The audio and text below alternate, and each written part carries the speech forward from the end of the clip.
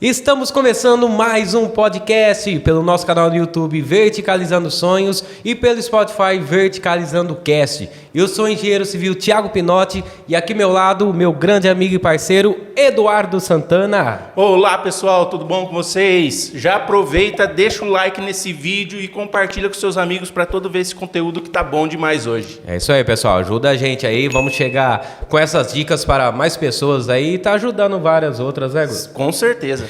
E hoje o assunto é muito bacana, é sobre esquadrias de alumínio. Muitas pessoas aí têm dúvidas, né? Muitas, né? Qual que é a diferença da esquadria de alumínio? Como que é feita a instalação? Vantagem, desvantagem. Custo, né? E hoje, para nos dar uma aula, ele é bacharel em administração de empresas, representante comercial e palmeirense. Meu Deus, mais dos um. nossos. Com vocês, Vitor Périco. E aí, Vitão? Seja bem-vindo, Vitor. Agradecer primeiramente aí, você está convidando a gente, é um sinal que vocês confiam no nosso trabalho, tá? E vamos para cima aí, vamos explicar aí, tirar a dúvida do pessoal, vamos tirar a dúvida de vocês também. Perfeito, Vitão, nós que agradecemos aí por dispor seu tempo aí pra gente. E vamos começar aí perguntando a história do Vitor, né? De onde veio o Vitor, sua trajetória aí e por que escolheu aí esse ramo aí de esquadria de alumínio para trabalhar? Bom, Thiago, escolher assim, esse ramo que me escolheu, na verdade, né? Eu fui criado dentro de uma vidraçaria, desde criança. Meu pai tem vidraçaria. Em 96, ele abriu a loja no fundo de casa. Então, assim, desde moleque, eu tô nessa aí, aprendendo a mexer com vidro. Aí depois que eu fui ficando um pouco mais velho, aprendendo, tendo firmeza na mão, fui aprendendo a fazer aquele servicinho do vidro com a massinha. Então, assim, pode-se dizer que eu sou um dos poucos raiz que tem aqui na cidade vidraceiro. Então, eu fui aprendendo, e aí a gente foi trabalhando em parceria com meu pai, aí chegou uma hora que eu falei, pô, vamos se dedicar a isso aí. Vamos trabalhar sério, vamos atender a demanda, porque a construção começou a crescer bastante. Então, quando começamos, era aquela coisa do vidrinho com a massa, vidrinho comum. Depois entrou a parte do blindex, que aí o blindex é o que a gente fala assim, é o kit engenharia, né? Que é a porta de blindex, a janela, que é o modelo mais antigo. E conforme foi aumentando a demanda, a gente entrou na esquadria. E a gente foi se especializando assim. Foi modernizando junto. Vai modernizando. Então, assim, as obras foram mudando, né? O preço vai mudando. Então, assim, o cliente, antigamente, ele trabalhava com uma janela de ferro, né? Aí ia lá, contratava um vidraceiro, um pedreiro para chumbar, o vidraceiro colocava o vidro, depois tem que pintar, tudo certinho. Depois foi melhorando o padrão. Aí, quando era um cliente de alto padrão, colocava um blindex. Aí foi sendo os outros clientes foram atendendo. Então, conforme for vendendo mais, aumenta a demanda, baixa o custo. Então, o cara que colocava, de repente, uma janelinha de blindex na sala, começou a colocar no quarto, no banheiro. Então, foi crescendo. Então, depois disso, veio a esquadria. Veio a esquadria que começou praticamente quase todas as casas hoje modernas, essas casas de bairro novo, casa assim, acima de 100 metros, você já vê que já está sendo usado esquadria. Legal. Já é mais utilizado hoje já, né? Então vamos para a principal pergunta, que é o pessoal que tem muita dúvida mesmo, né? Quais as principais diferenças entre ferro, alumínio e o PVC, que também é muito falado hoje, né? Essa eu tenho bastante dúvida também. Basicamente, tudo que for de vão, que é fechado numa obra, que vai um vidro ali, é esquadria. Então, além dessas tem madeira, então tem vários outros tipos de esquadria. O ferro, basicamente, hoje é o modelo mais antigo, que você vai ir no material de construção, compra aquela janela veneziana, uma porta, o pedreiro seu que chumba, depois tem que pintar, depois coloca o vidrinho com a massa, então é esse processo. E eu vou falar primeiro de PVC. A esquadria de PVC, ela se assemelha à de alumínio. Muda a composição, só que assim, a de PVC atende um mercado de alto padrão, como também a de esquadria de alumínio também atende, mas ela tem ali as suas limitações. Então, eu não vou, para mim fabricar uma esquadria de PVC, eu tenho que ter uma baita de uma fábrica. Então, eu posso estar revendendo. Então, entendi. Hoje tem no mercado, tem Tigre, essas marcas. Então, você coloca no seu projeto, a gente vai lá, faz a encomenda do material, ela chega pronta. Então, a gente tem que ter uma equipe só para atender a instalação, né? para ter o showroom para atender a instalação. Então, às vezes, fica um pouco limitado, até questão de prazo e tudo mais. Tem coisas que você precisa fazer meio personalizado no alumínio que não dá para você fazer no PVC. Sim. Não dá para você vai cortar e refazer, porque ele é colado, ele é tudo soldado. Questão de isolamento térmico e acústico. O PVC é maravilhoso, ele é isolamento térmico, acústico. O que acontece? O alumínio, se você trabalhar da forma correta, ele vai atender a necessidade do cliente.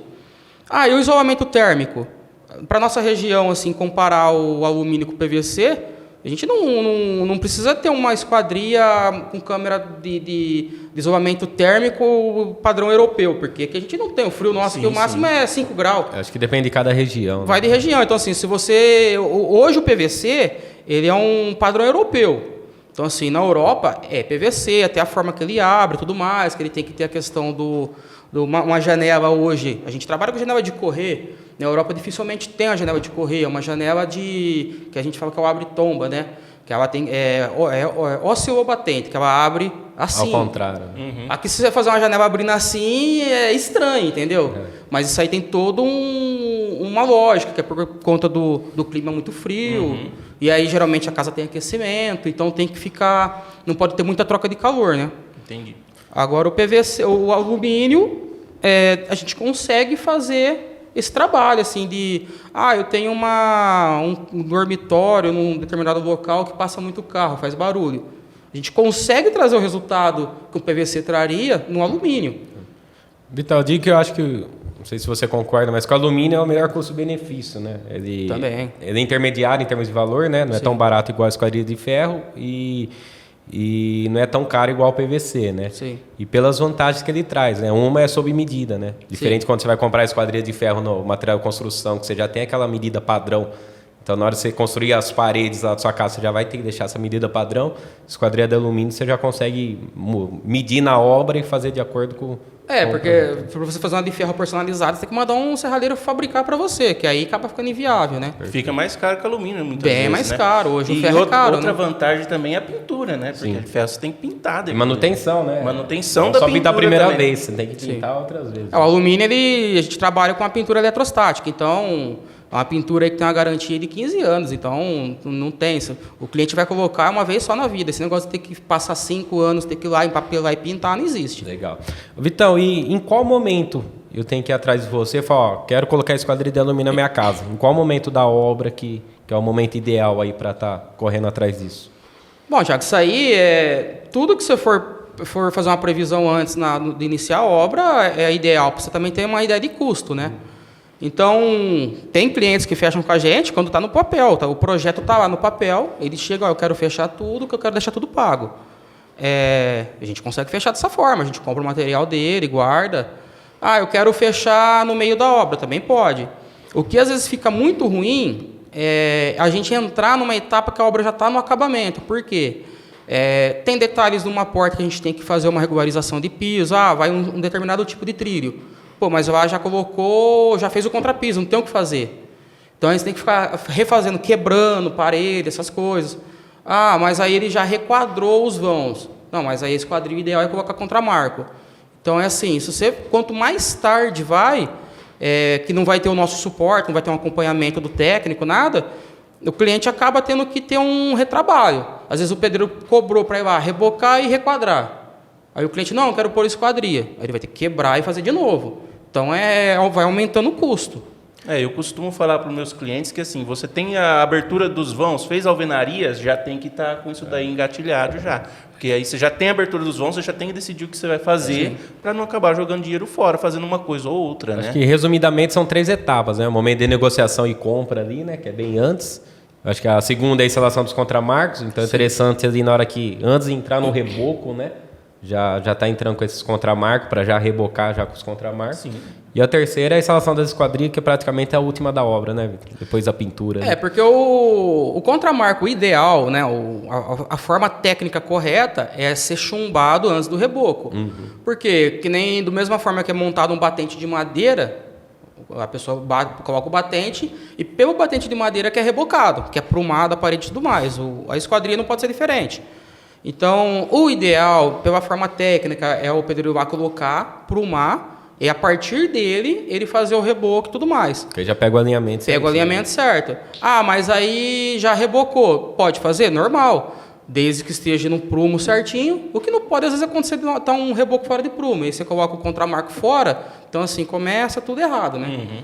Então, vai de cada profissional. O pedreiro tem um que prefere trabalhar depois, tem pedreiro que prefere antes, então vai do profissional que está executando o serviço, né? Já foi feita a instalação, a obra já foi entregue. A partir disso, quais assim, dicas de manutenção você tem para garantir a qualidade, garantir durabilidade da esquadria? O que você pode dizer quanto a isso? Depois que o cliente já está morando Depois que na o cliente já está morando na casa, já está em utilização, quais seriam dicas de manutenção das esquadrias? Uma das dicas que eu dou é até na fase da obra, quando vai fazer a instalação. Às vezes o cliente está ali no anseio de, eu quero ver minha obra fechada, ou às vezes a caixa força o cliente a acontecer isso, e aí é onde começa a dar os problemas na esquadria. O cliente está rebocando, às vezes está fazendo um contrapiso, está fazendo assentamento de pedra ainda, aí ele quer ir lá e sentar a esquadria. Ele vai ter pedreiro, vai ter pintor, vai ter gesseiro passando nessa obra. É onde começa a dar problema. Cai sujeira no rolamento, corta piso com a maquita, entra todo aquele pó nos componentes da esquadria. E assim, a esquadria ela tem os componentes que são mecânicos. Então, o rolamento você não pode ficar enchendo ele de pó. Então, é um dos fatores que às vezes a esquadria começa a danificar. Às vezes vai apresentar problema já quando o cliente mudar ou futuramente, porque o cliente instalou a esquadria, teve esse problema antes dele morar na casa, e depois, com o tempo, vai ali danificando. É um dos fatores. Outros é quando o cliente faz a forma correta, que ele deixa para fazer essa instalação um pouquinho mais para frente, depois que ele já fez uma pintura, que já a obra já está mais limpa, a gente vai lá, instala, faz toda a vedação, e aí a gente gosta de voltar depois do pós-obra. O cliente foi lá, fez todo aquele pós-obra, a obra está limpinha. É legal a gente voltar, que a gente vai ali, passa uma lubrificaçãozinha no trilho, porque é componente mecânico. Então, assim, são guias, tem rolamento, tudo mais, é trilho. Então, tudo tem que ter uma lubrificação. Quando tem sujeira, danifica. Então, assim, tem que manter limpo. A gente vai lá, faz aquela lubrificação, e o cliente ele tem que fazer isso futuramente. Não é montar e esquecer. Tudo que é rolamento, que é roldana, aquilo ali vai ter um desgaste do material. Então, ali, lubrificar, sempre manter limpo. Isso aí vai conservar a esquadria. Mantendo limpo, teria um prazo, por exemplo, cada 5 anos o correto é fazer. Existe um prazo ou não? A pessoa tem que perceber ali, está um pouquinho mais dura a esquadria. Fazendo barulho. Fazendo barulho. O que você poderia falar sobre isso? Então, Eduardo, eu dou um exemplo bobo. Tem uma pessoa, às vezes você compra um carro, a pessoa compra um carro junto com você. Às vezes o seu carro está novinho, mas o do cara está todo arregaçado, entendeu? A esquadria não pode ser diferente. Depende do uso. Às vezes a pessoa fala, vai lá e bate e fecha de qualquer jeito. Bate vassoura. Aí a pessoa vai lá lavar com a mangueira e não seca. Isso vai danificando o material, lógico. Você pega uma água que nem aqui, que tem muito cloro, você bate uma água numa esquadria, o certo vai lá, passa um paninho, seca. Então, tudo que zela, isso aí é para a vida inteira. Isso aí não tem validade. Isso aí, se cuidar certinho, nunca na vida o cliente vai precisar mexer. Se não cuidar, vai ter que estar sempre dando manutenção. É bom sempre estar atento aos sinais, né? Tá dura de abrir, avisa. Tá fazendo barulho, realmente chamar para fazer uma manutenção, né? Porque assim, é mais para prevenção, né? Quem faz a fabricação, a instalação e fornece o material, ele tem que dar uma garantia. Então, assim, e sempre chama quem fez o serviço para você. Por exemplo, a gente instalou a esquadria, aí tá com uma dificuldade de fechar. Então tá errado, ela tem que fechar suave. Então a gente tem que ir lá, chama o técnico, vai verificar o que aconteceu. De repente, às vezes é uma regulaginha mínima. A gente vai fazer a regulagem. Agora o que vai danificar, vai lá, forçando aquela chave ali, e a pessoa não esquenta a cabeça, aí é onde que vai quebrar. Perfeito. Vitão, outra coisa que está bem alta agora, sumindo bastante, é portas e ACM, né? Então eu gostaria de saber qual que é as vantagens da porta ACM, a diferença de um ACM para alumínio, como que você pode explicar para a gente? O ACM, assim, ele é alumínio, né? Ele tem uma chapa de alumínio composto. Então, o que é o diferencial do ACM? O alumínio, ele é extrusado. Então, tudo que é feito por extrusão, que é uma barra de perfil, uma barra de lambril, ele é limitado na medida. Então, eu quero fazer uma porta de alumínio, mas eu quero que tenha um aspecto liso. Então, aí você tem que fazer o quê? Fazer um ACM. A gente faz toda a estrutura em ACM, faz o reforço tudo interno, e aí a gente faz o ACM colado nesse reforço. Então, às vezes vai ter algum frisinho, vai ter algum detalhezinho, mas às vezes o cliente quer uma chapa inteira. E a vantagem do ACM são as cores, né? Entendi. Que aí você consegue personalizar. Hoje, para você fazer uma esquadria verde, a vermelha, às vezes você quer fazer uma entrada de um comércio, uma cor diferente, a logo da empresa é determinada cor. Eu quero que minha porta de entrada seja assim. Então, aí você consegue trabalhar com várias cores. Entendi. Seria basicamente a estética ali mesmo, né? A estética, a leveza também. Então, você tem que fazer uma porta de 6 metros de altura. O indicado seria ter no ACM, até por conta do peso. Duas chapas de ACM, 3 chapas de ACM, vão pesar 30% de uma porta de alumínio em lambril, no caso, né? Entendi. Legal. E não só a questão a peso também, tem uma coisa que limita bastante, pelo menos o que eu vejo em algumas obras, é vão de abertura. Tem limitação isso? Não? Sempre tem uma estrutura ideal, sempre tem a forma correta de fazer. Existe essa limitação de vão? Por exemplo, eu quero de 4 metros, quero de 6, quero de 7. Existe uma limitação física para esquadrias? Não, é o vão que o cliente deixar na obra dele, a gente vai ter a esquadria ideal para atender ele. Legal. Então, temos as linhas disponíveis no mercado e toda linha ela tem ali a sua topologia, né? Você tem ali desde a janela, que as pessoas perguntam muito a questão da a Suprema e a Gold, qual a diferença? Aproveitando, já respondo para a diferença da linha Suprema para a Gold. Aí a gente vai avaliar essa questão que o Eduardo perguntou. Eu tenho um vão de 5 metros de largura por 3,5 de altura. Eu quero fazer uma porta de 4 folhas. Eu vou te indicar trabalhar com uma porta da linha Gold, com reforço e tudo mais. Porque é uma porta maior, o vidro é maior, é mais pesado. A largura tem que ser a espessura tem que ser um pouco mais reforçada. Mas aí do lado eu tenho uma janela de 1,5 m por 1. Não é viável você colocar uma janela Gold igual a porta. Então a gente consegue trabalhar com a Suprema, porque é pequeno, o vão é menor. Assim, a estética é bem semelhante, os componentes são iguais. O cliente assim vai chegar, vai ver que a esquadria é o mesmo padrão. Só que assim, você está colocando uma esquadria adequada para cada vão. A diferença, então, é a espessura do alumínio? Porque a gente trabalha por linha. A linha vai ter a bitola do perfil, que aí você tem... Hoje no mercado tem até a linha 16, né? Que são as linhas intermediárias, aí, que é de material de construção, que você compra na internet e tudo mais. Então, 16, 20... A gente começa a trabalhar com a 25, que é a Suprema, que ela é 25. Depois é a Gold, que é 32. Depois a 42. Tem linha 50 e vai aumentando. Entendi. Não só o vão que eu falei, também a altura é muito importante, pelo que você falou aí, né? Sim. Tem a quantidade de... Uma outra dúvida também. A quantidade de folhas determina a largura que você vai precisar de um trilho também, né? Boa. Às vezes a parede não está preparada para isso. Você consegue... Tem algum artifício para isso? Por exemplo, eu quero 6, 7 folhas, um vão de 10 metros, entendeu? Você consegue trabalhar com isso fora da espessura da parede? Consegue. A gente tem que fazer um complemento depois, né? Por isso que a gente fala que é ideal estar procurando a gente no início. Porque aí quando o cliente está lá fazendo caixaria e tudo mais, aqui a gente vai acompanhar a obra. Aqui vai uma porta de 6 folhas. Se for uma porta Gold, por exemplo, eu preciso de uma viga de uns 26 centímetros, mais ou menos. É 5 centímetros cada folha? Ou não mais? Você tem a folga lateral, né? Tá. Depois, a cada canal de trilho são 45 milímetros, né? Então, você tira ali 30 milímetros, que é o início da primeira folha. Então, cada folha que você pôr, 45, 45, 45 e vai aumentando. Entendi. Nós já tivemos problema em obra com isso, que a ideia inicial era 3 folhas, né? Então daria a espessura da parede, aí o cliente optou por 4 folhas. Aí a parede ia ficar mais fina do que a esquadria. E na época a gente ia fazer um enchimento na parede. Então, exatamente, seria bem legal estar procurando uma empresa disso no início da obra para já poder ver esses detalhinhos. Porque depois você vai fazer um enchimento. Então, assim, entra naquela questão do retrabalho. Mas aí eu não quero mexer com alvenaria. Ou, no caso, você já tem ali um lugar, um espaço alugado, uma casa que você comprou, você não vai mexer com alvenaria. Eu quero pôr uma porta de tantas folhas. A gente vai lá e faz um complemento de alumínio mesmo.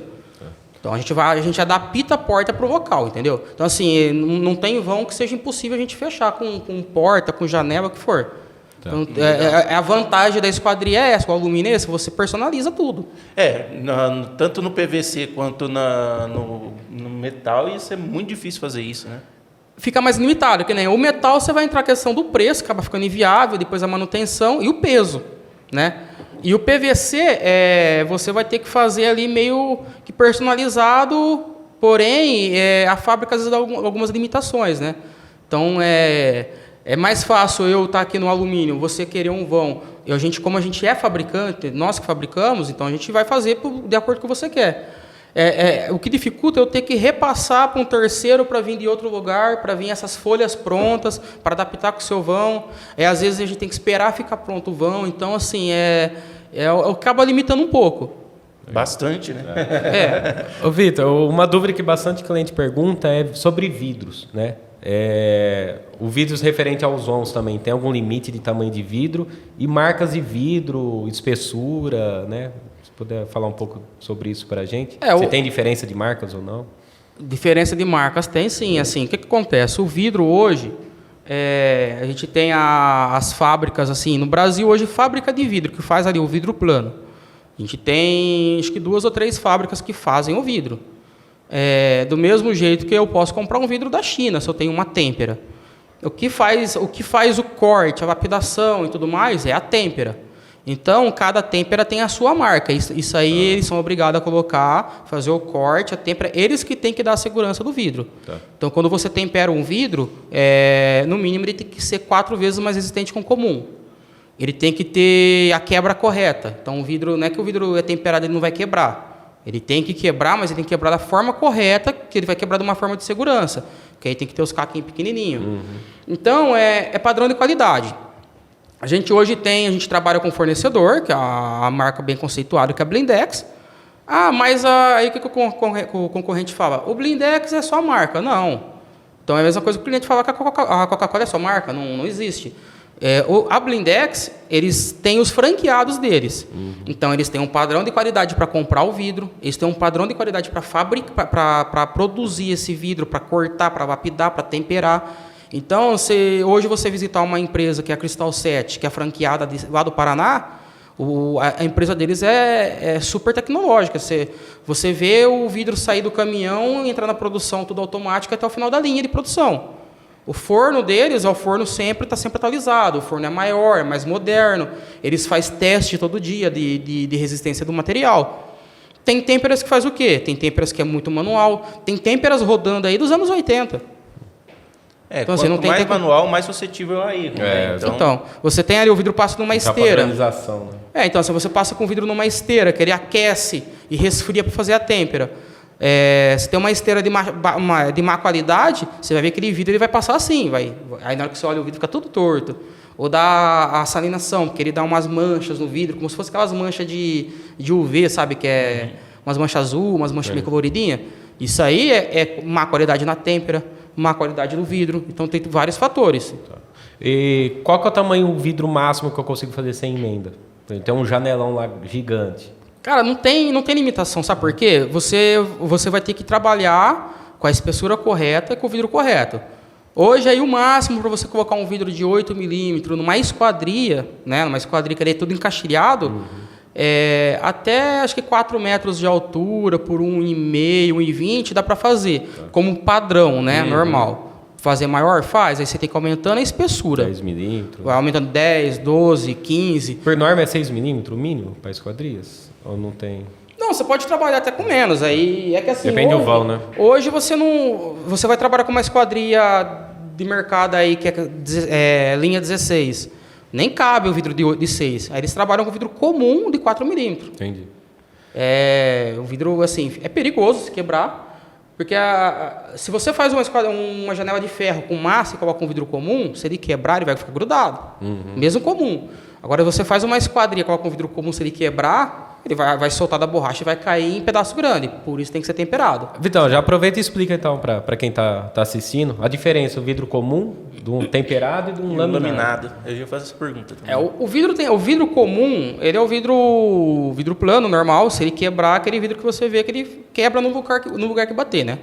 Tá. Então, assim, é um vidro... Igual um copo. Sem tratamento nenhum, né? Ele sai, vai, é cortado, ele está pronto. Uhum. O vidro temperado, que é a questão que eu te falei, que aí tem as têmperas, tem que ser responsável pela têmpera do vidro. Então aí a têmpera compra a chaparia, né? Faz o corte para o cliente, com as furações, com a lapidação e tudo mais.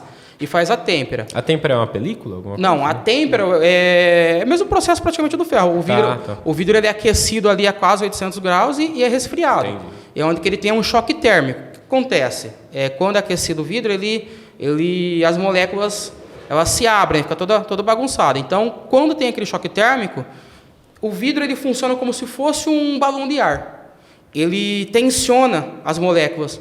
Então, assim, por isso que às vezes quando bate o cantinho do vidro, é a mesma coisa você pegar um balão de água, enche de água um balão, quando você faz um furinho, ele estoura.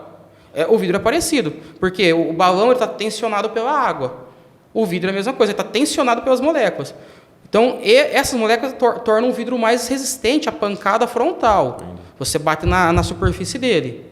Só que você bater numa quina do vidro, você está batendo na parte frágil dele. É onde vai acontecer, você vai romper essa tensão dele, é onde que ele estoura, por isso que ele quebra em pedacinho pequenininho. Entendi. E o laminado, tem duas formas de você fazer. 2 vidros comuns, feita a laminação. A laminação tem de EVA, de PVB, que aí você faz 2 vidros colados, que aí depois eles passam num forno, que ele faz ele é fundido, né? Um vidro com o outro, mas com essa laminação no meio, que é semelhante ao para-brisa do carro. Tá. Então, qual que é a vantagem do laminado?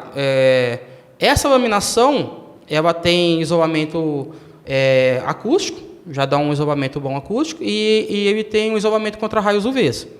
Laminação comum, do vidro incolor, por exemplo. Depois você vai trabalhando com outras cores. Então, esse vidro, além de ser um vidro de segurança, ele é um vidro que ele vai já ter um isolamento melhor.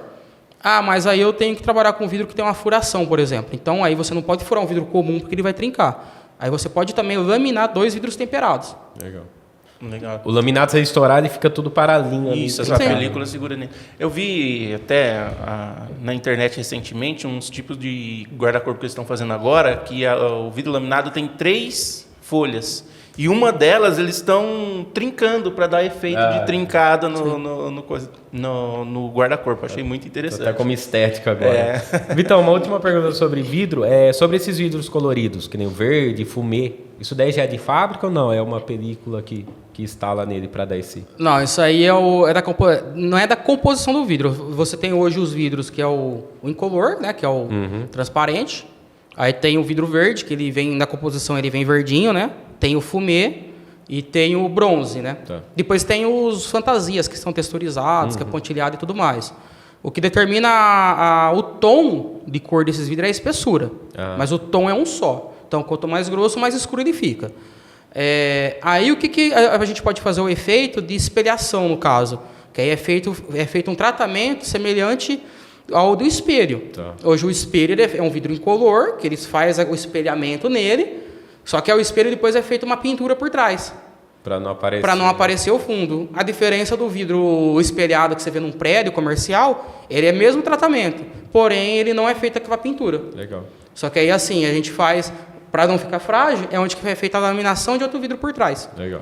Então, geralmente, todo prédio comercial que você vê que é vidro espelhado, é vidro laminado, refletivo ou não, entendeu? Então, esse efeito espelhado, ele é feito em cima de um vidro colorido. Então, tem como fazer em cima do fumê. O verde é em cima o mesmo espelhamento do fumê faz no verde.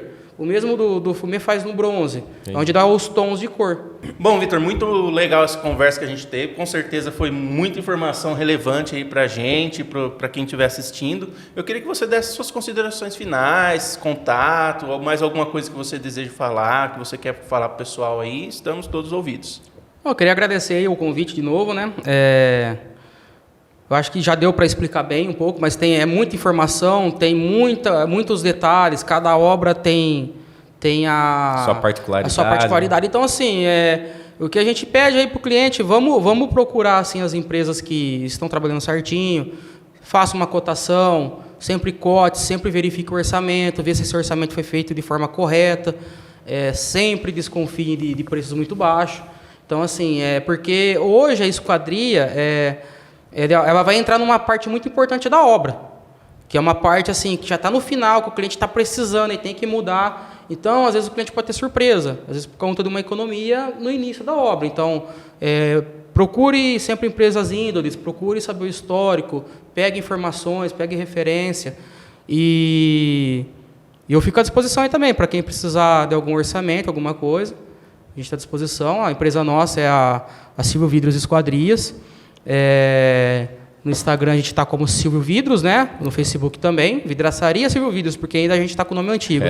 Que é uma das coisas que a gente não fez foi retirar o nome. Legal. A gente manteve o nome, que já está há 26 anos aí. A gente só foi aprimorando a forma de trabalhar, mas a essência é a mesma. Legal. Tá? Legal. Então, quem precisar entrar em contato comigo aí, pode entrar em contato pelo meu celular, ou pode me procurar no Instagram, é Vitor Périco, tá? O telefone é 16 997 75 5601. Estamos aí, disponível para tirar qualquer dúvida. Show de bola, Vitão. Muito obrigado novamente. E é isso aí, pessoal. Esse foi mais um podcast sobre esquadrias de alumínio e também sobre vidros, né, Edu? Sim. Estamos aí pelo Spotify, no Verticalizando Cast, no YouTube, Verticalizando Sonhos. Edu, pede pro pessoal se inscrever, hein? Gente, não se esqueça de se inscrever no canal, ativa o sininho, compartilha, manda para seus amigos, manda para aquele amigo que está construindo, que precisa dessa informação, manda para toda a família, que isso é muito importante, esse vídeo e todos os outros que a gente anda fazendo aqui para ajudar todos vocês. É isso aí, pessoal. Até a próxima. Valeu! Valeu!